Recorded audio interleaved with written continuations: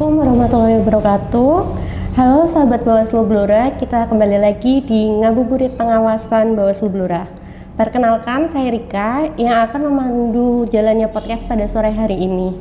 Dalam setiap proses pemilu, ada satu hal yang menjadi fondasi utama kepercayaan publik berupa integritas dan etika penyelenggara pemilu. Tanpa hal tersebut, sebaik apapun sistem yang dibangun, semuanya bisa runtuh. Hari ini kita ditemani oleh Ibu Kasubag Administrasi Bawaslu Blora dengan Ibu Retno. Selamat sore Ibu Retno. Selamat sore Mbak Rika, gimana kabarnya hari ini? Baik, kita sore ini akan membahas bagaimana integritas dan etika menjadi nafas bagi Bawaslu Blora ya Bu. Mungkin langsung aja kita mulai ya Bu. Untuk pertanyaan pertama, apa sih peran utama Bawaslu dalam penyelenggaraan pemilu itu? Peran utama Bawaslu yaitu mengawasi seluruh tahapan pemilu agar berjalan dengan langsung, umum, bebas, rahasia, jujur, dan adil sesuai peraturan perundang-undangan yang berlaku. Namun pengawasan ini bukan hanya memastikan aturan itu untuk dipatuhi Mbak Rika. Bawaslu menjaga agar proses demokrasi berlangsung dengan penuh integritas sehingga hasil pemilu dapat dipercaya oleh masyarakat itu sendiri. Oh gitu ya. Kemudian apa saja nilai inti yang wajib dijaga oleh Bawaslu sendiri? Sebagai lembaga pengawas pemilu, Bawaslu memiliki 7 nilai inti yang menjadi pedoman dalam menjalankan tugasnya. Yang pertama yaitu integritas, keadilan, kepastian hukum, profesionalisme, kemandirian, akuntabilitas, dan transparansi. Nilai-nilai ini bukan sekedar prinsip normatif, tetapi menjadi standar perilaku dalam setiap tahapan pengawasan. Oh gitu ya. Mungkin kita bedah satu-satu kali ya nilainya. Dimulai dari yang pertama, integritas. Apa sih yang dimaksud dengan integritas dalam konteks Bawaslu sendiri? Integritas dalam konteks Bawaslu bisa berarti tidak menyalahgunakan jabatan untuk kepentingan pribadi, tidak menerima gratifikasi atau pemberian dalam bentuk apapun, tidak melakukan komunikasi tersembunyi yang berpotensi konflik kepentingan, serta konsisten antara ucapan dan tindakan kita sebagai pengawas pemilu. Integritas adalah tentang menjaga kehormatan lembaga dalam setiap situasi, termasuk ketika tidak ada yang mengawasi. Integritas akan terlihat jelas ketika penyelenggara berada dalam tekanan atau godaan. Berarti intinya tidak menyalahgunakan kewenangan ya Bu ya. Iya, kemudian untuk yang keadilan, bagaimana Bawaslu menegakkan keadilan dalam menindak pelanggaran pemilu tanpa diskriminasi sehingga semua pihak baik peserta besar maupun kecil bisa diperlakukan sama? Bawaslu menegakkan keadilan dengan prinsip tidak memandang siapapun pelaku atau latar belakangnya. Dalam prakteknya seperti proses yang sama untuk semua pihak dan objektivitas dalam penanganan, transparansi dalam prosedur, dan konsisten dalam sanksi. Pelanggaran serupa dikenakan tindakan yang sama baik terhadap peserta besar, calon populer maupun peserta pemilu baru. Dengan cara ini Bawaslu menjaga kepercayaan publik. Publik akan yakin bahwa pengawasan bersifat adil, netral, dan profesional. Kemudian bagaimana Bawaslu memastikan setiap tindakan pengawasan pemilu dilakukan berdasarkan aturan yang berlaku sehingga seluruh proses berjalan sah, tertib, dan dapat dipertanggungjawabkan? Bawaslu memastikan kepastian hukum dan pengawasan dengan berbagai cara. Ada yang mengacu pada peraturan yang jelas, sistem dan terstruktur, konsistensi dalam penerapan aturan, dan pelatihan dan pemahaman regulasi bagi pengawas. Dengan memastikan setiap tindakan pengawasan berdasarkan aturan, Bawaslu menjaga kepastian hukum, membangun kepercayaan publik, dan menjamin bahwa proses pemilu berjalan tertib, sah, dan dapat dipertanggungjawabkan. Kemudian untuk profesionalisme, apa sih yang bisa ditunjukkan oleh jajaran pengawasan pemilu untuk menunjukkan profesionalismenya?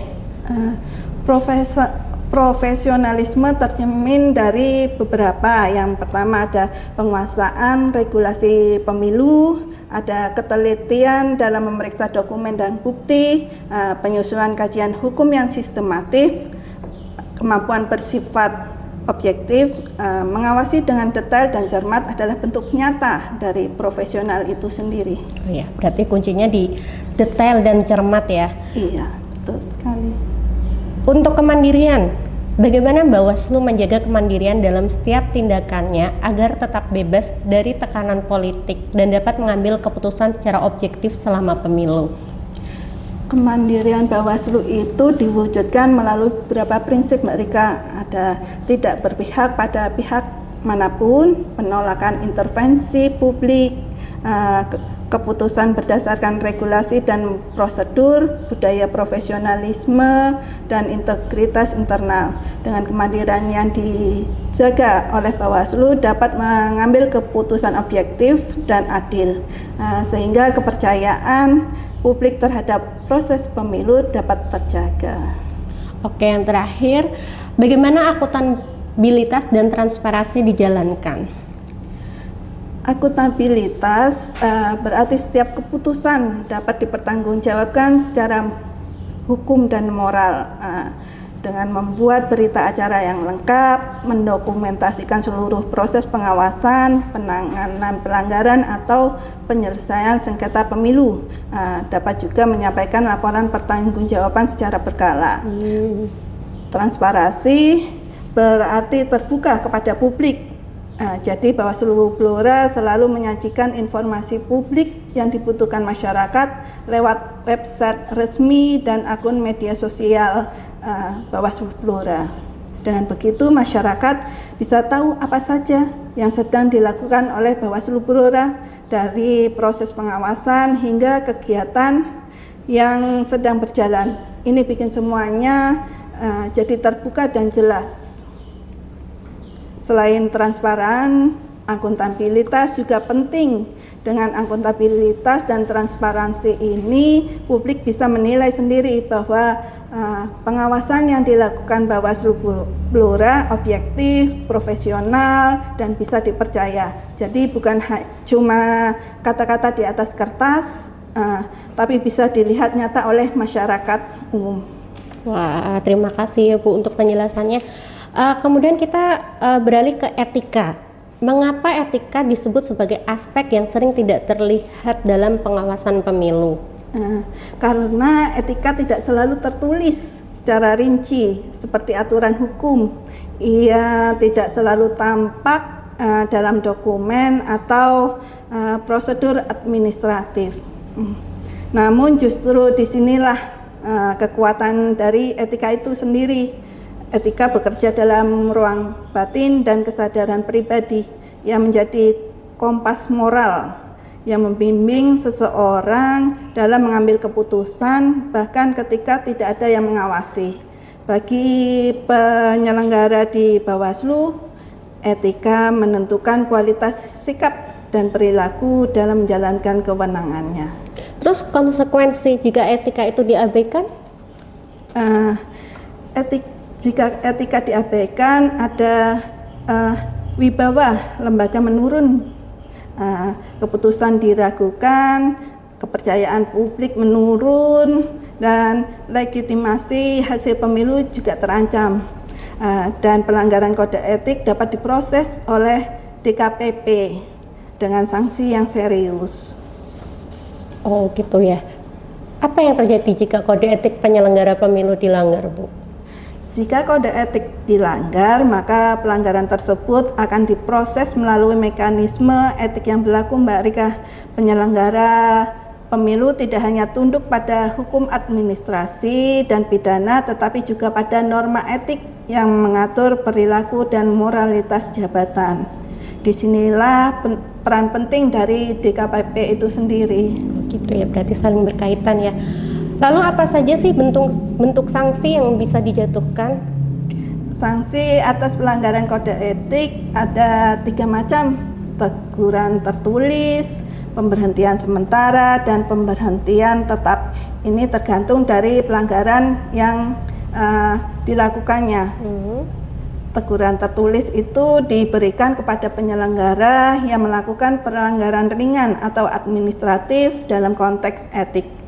Sedangkan untuk pemberhentian sementara diberikan apabila pelanggaran dinilai cukup serius dan memerlukan pembinaan, evaluasi lebih lanjut. Sedangkan yang paling berat yaitu pemberhentian tetap diberikan terhadap pelanggaran berat yang mencederai integritas dan wibawa lembaga.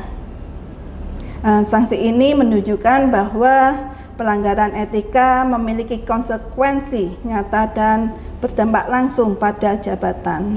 Oke, berarti sudah cukup jelas ya antara tadi integritas dan etika. Lalu apa sih komitmen utama Bawaslu dalam penyelenggaraan pemilu berdasarkan tadi integritas dan etika itu sendiri? Komitmen utama Bawaslu yaitu menjaga netralitas selama seluruh tahapan pemilu, menjamin keadilan prosedural, menjamin keadilan substansial. Komitmen ini menjadi landasan moral dan profesional dalam setiap tindakan pengawasan pemilu. Terima kasih Ibu Retno atas penjelasannya yang mungkin sahabat Bawaslu Blora jadi lebih paham untuk integritas dan etika dalam penyelenggaraan pemilu. Sahabat Bawaslu Blora yang tetap pada setia obrolan kita kali ini, integritas dan etika bukan sekedar aturan tertulis. Ia adalah karakter, ia adalah komitmen, ia adalah tanggung jawab moral. Bagi Bawaslu Blora, integritas adalah fondasi kepercayaan publik dan tanpa kepercayaan, demokrasi tidak akan berdiri kokoh. Mari kita bersama-sama menjaga kualitas demokrasi dimulai dari komitmen terhadap etika dan integritas. Terima kasih sudah mendengarkan. Sampai jumpa di episode Ngabuburit Pengawasan Bawaslu berikutnya. Wassalamualaikum warahmatullahi wabarakatuh. Terima kasih ya Bu Retno.